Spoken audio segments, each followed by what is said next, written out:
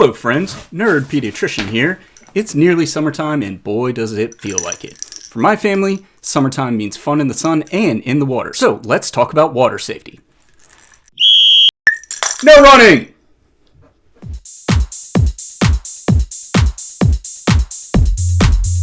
Let's start off with definitions and statistics. Drowning is respiratory impairment due to submersion or immersion in a liquid, and that second part is very important because children can drown in as little as 2 inches of water. In the United States, unintentional injuries or accidents are the leading cause of death for kids aged 1 through 4, and among these accidents, drowning is the leading cause. And we see a similar story in kids aged 5 through 14 years, where drowning is the second leading cause of accidental death. In the US, in the years 2020 to 2021, drowning deaths occurred at a rate of 1.1 per 100,000 population for ages 0 to 17 years. Sadly, there exists significant racial disparity in these numbers. In the United States, black teens are 3 times more likely to drown than their white counterparts. The reasons for this are multifaceted, but mostly come down to inequities in opportunity and systemic racism. I'm going to link a video in the comments that talks about this in more detail. My wife and I are fortunate in that we could afford swim lessons for our 3 sons. However, many of the families of patients that I see in clinic are not that fortunate. Add some links in the comments to some resources for reduced cost swim lessons. Unfortunately, there's not a lot of these available. We talk about drowning in the context of accidents. There are many things that we as parents can do to prevent those accidents, so let's talk about those. First, I'm a strong believer that every child should learn how to swim, ideally through a structured environment like swim lessons. Let's remember that being able to swim does not make a person drown-proof. Swimming skills are just one of many layers in drowning prevention. I like to think about 3 layers to preventing drowning deaths, and these are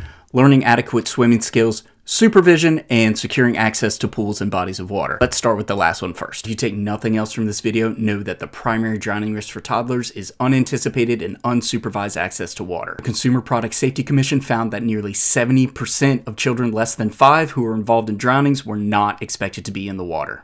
Should be surrounded on all sides by a fence that's at least 4 feet high and is equipped with gates that are self-latching and self-locking. Door locks and door alarms should be used to prevent children from accessing water unnoticed. Real talk. If your neighbors have a pool, talk to them about how their pool is secured. It might be an awkward conversation, but trust me, nobody wants to have the death or injury of a child on their conscience. Anytime children are in or near the water, adult supervision is key. Children can drown in as little as 30 seconds, which is about the time it takes to send a text message. If there are multiple adults present, it's a great idea to assign a water watcher so that everyone knows who's responsible. It's a great idea to switch that up about every 20 minutes to avoid attention fatigue. Remember that swimming, supervision, and alcohol don't mix. For young children, we recommend what's called touch supervision, which just means that you're close enough to reach out and touch or grab the child anytime they are in or near water. Finally, let's talk about swimming skills and swim lessons. Look, I think it is so important for all children to learn how to swim. Exposure at an early age to technique and water survival skills can help your child to become a competent swimmer. Now, the ideal age of when to start depends on your child's physical and emotional maturity. Experts agree that kids can start this as early as age 1 and certainly by age 4 years. A good mantra to go by is, if your child seems ready, it's a good time to start swim lessons. When seeking out swim instruction, it's a great idea to look for classes that focus not only on technique but also broader water survival skills. See the link in the comments to watersafetyusa.org for some great tips on how to choose an effective swim class for your child.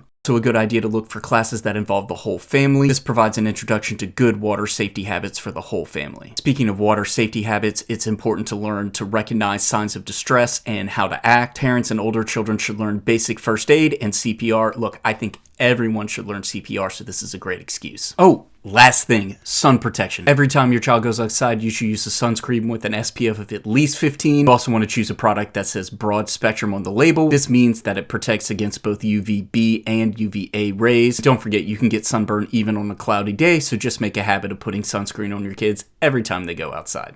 Water safety is important year-round. Remember the layers of safety as your 4 S's to keep your family safe this summer. Secure pools, supervision, swim instruction, and sunscreen. Thanks for watching. I hope you find this information helpful, and please consider subscribing. Thanks again. Nerd Pediatrician out.